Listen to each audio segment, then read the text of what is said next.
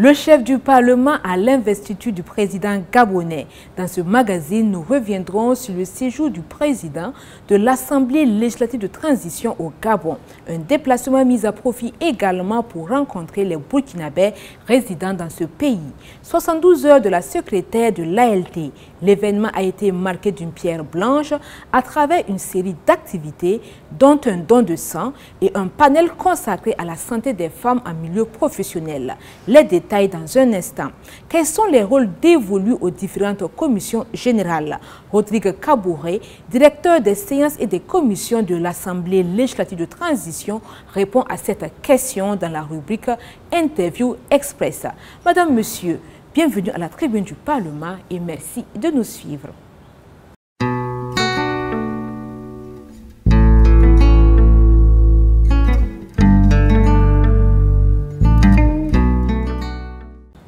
Le président de l'Assemblée législative de transition a séjourné à Libreville au Gabon du 2 au 4 mai dernier à l'occasion de la cérémonie d'investiture du nouveau président élu Brice Clotaire Oligui Nguema.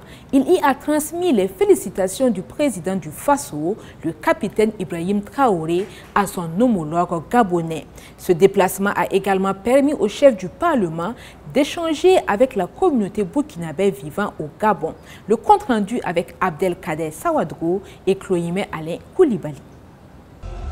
Le peuple gabonais célèbre une nouvelle ère démocratique.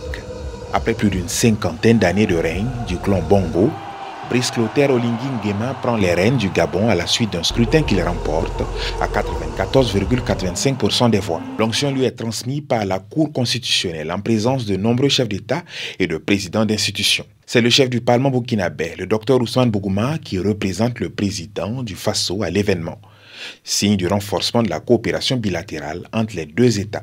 Nous sommes venus participer à l'investiture afin de traduire au chef de l'État gabonais d'abord les félicitations de son homologue, le capitaine Ibrahim Traoré, ses encouragements, mais aussi pour lui dire la disponibilité de son Excellence le capitaine Ibrahim Traoré à continuer la coopération et à approfondir la coopération entre nos deux pays. Le séjour en terre gabonaise est mis à profit pour échanger avec la communauté burkinabé.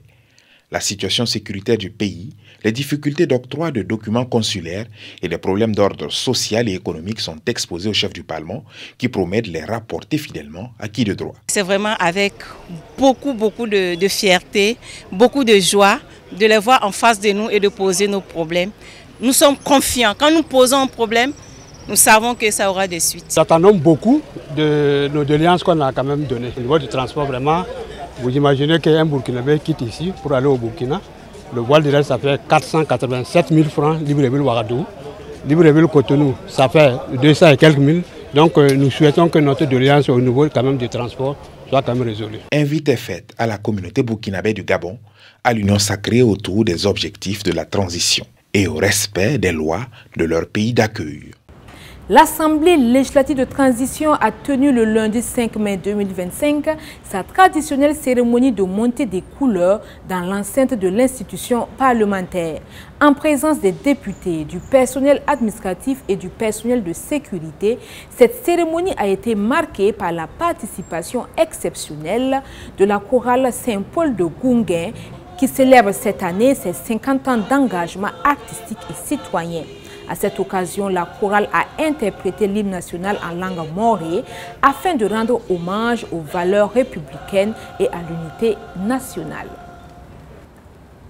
L'amicale des secrétaires de l'Assemblée législative de transition a organisé du 6 au 8 mai 2025 les 72 heures de la journée internationale de la secrétaire.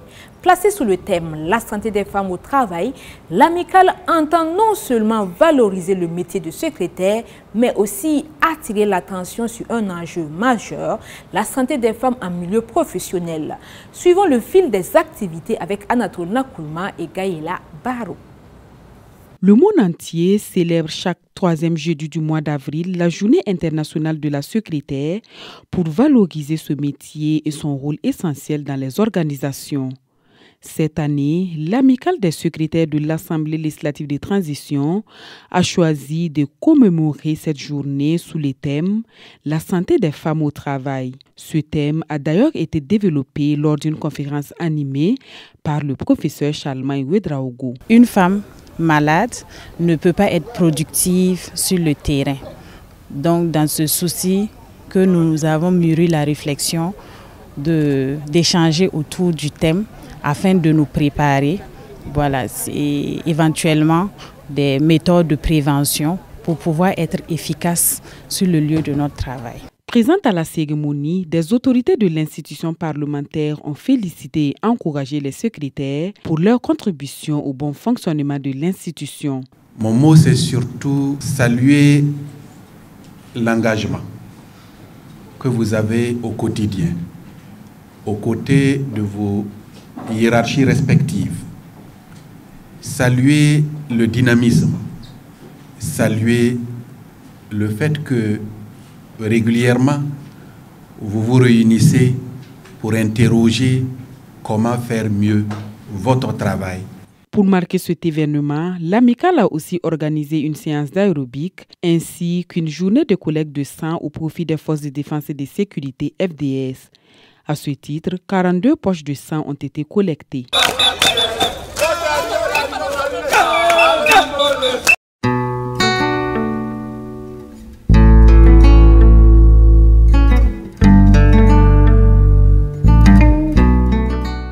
Les commissions générales jouent un rôle essentiel dans le processus législatif, notamment à travers l'examen des projets de loi et le contrôle de l'action gouvernementale. Mais comment fonctionnent-elles concrètement? Quels sont leurs domaines de compétences et leurs contributions aux travaux parlementaires? Pour en savoir davantage, nous recevons Rodrigue Kabouré, directeur des séances et des commissions. L'interview est conduite par Axel Nicole Yaro. Vous êtes le directeur des séances, des commissions et de l'appui au contrôle parlementaire. Pouvez-vous nous décrire le cadre juridique et réglementaire des commissions générales de l'ALT? Conformément à l'article 86, alinéa 2 de la Constitution, le Parlement établit son règlement. Alors, l'Assemblée législative de transition, qui a été installée en novembre 2022, a élaboré son règlement et le chapitre 8 du règlement traite de la création et du fonctionnement des commissions générales. Combien de commissions générales fonctionnent au sein du Parlement et quels sont leurs domaines de compétences? Nous avons 5 commissions générales qui fonctionnent. Il s'agit, la première, la commission des finances et du budget, dont les domaines de compétences sont entre autres les finances publiques, le budget, les lois d'habilitation relatives aux conventions de financement. La deuxième commission générale est la commission des affaires générales, institutionnelles et des droits humains. Elle a pour domaine de compétences, entre autres, la Constitution, la justice, les droits humains, le travail et la sécurité sociale, l'administration et l'organisation du territoire, les affaires coutumières et religieuses. La troisième commission générale, quant à elle, est celle des affaires étrangères, de la défense et de la sécurité. Elle s'occupe entre autres des Burkinabés de l'étranger, des relations internationales, de l'Organisation générale de la défense et de la sécurité, des personnels des forces de défense et de sécurité et du service national. Quant à la quatrième commission générale, elle s'occupe du genre, de la santé, de l'action sociale et humanitaire. Et ces domaines de compétences sont entre autres la santé, l'action humanitaire, l'emploi, l'éducation, la jeunesse, la formation professionnelle. La dernière commission générale est celle du développement durable. Elle s'occupe entre autres de l'artisanat, des mines, des carrières, de l'énergie, de l'environnement, des travaux publics, de l'urbanisme, de l'habitat et des communications. Quel est le rôle des commissions générales dans l'examen des projets et propositions de loi? Nous pouvons dire que les commissions générales au sein du Parlement représentent ce qu'on pourrait appeler le laboratoire de l'institution parlementaire. Et il faut ajouter que c'est au sein de ces commissions que les projets et propositions de loi sont examinés, amendés et des rapports sont produits pour rendre compte du déroulement des travaux. Un projet de texte que nous appelons couramment texte issu de la commission est également produit. Il s'agit du projet ou de la proposition de loi qui ressort de la commission avec les amendements de la dite commission.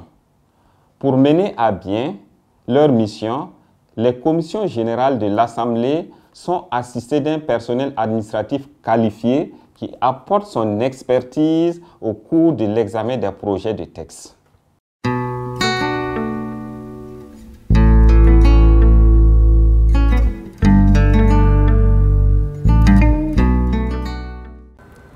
Le vocable parlementaire de ce jour s'intéresse à une expression beaucoup utilisée à l'Assemblée. Il s'agit de la loi de ratification. Mais que signifie cette expression? Quelle est son importance?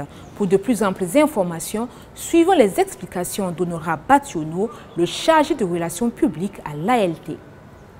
La ratification est l'expression d'une volonté par laquelle une personne déclare s'obliger à exécuter les engagements pris en son nom par une autre alors que cette dernière a agi sans mandat ou sans pouvoir suffisant.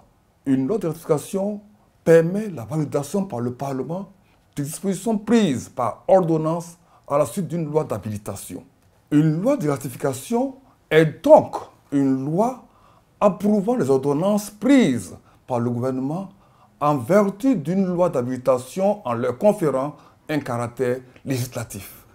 Tant qu'elles ne sont pas ratifiées, les ordonnances restent administratives dont la légalité peut être discutée par le recours pour excès de pouvoir ou par la voie d'exception d'illégalité. Ainsi, vous entendez très souvent, pour la ratification, cette expression à l'issue des travaux de l'Assemblée comme la loi numéro 018-2017-AN portant autorisation de ratification du protocole sur les privilèges et unité de l'autorité internationale des fonds marins adopté le 27 mars 1998 à Kingston, en Jamaïque. Une loi de ratification est aussi une loi votée par le Parlement postérieurement à la signature d'un traité dans lequel le Burkina Faso, en tant que partie contractante, consent à être lié par ce traité. Une loi de ratification est aussi, dans le cadre d'une loi d'habilitation, la procédure par laquelle le Parlement confère force de loi aux ordonnances prises par le président du Faso. C'est tout pour aujourd'hui. Tout le plaisir a été pour moi d'avoir présenté ce numéro. Restez connectés sur notre page Facebook www.an.bf pour d'autres actualités parlementaires. Au revoir et à bientôt.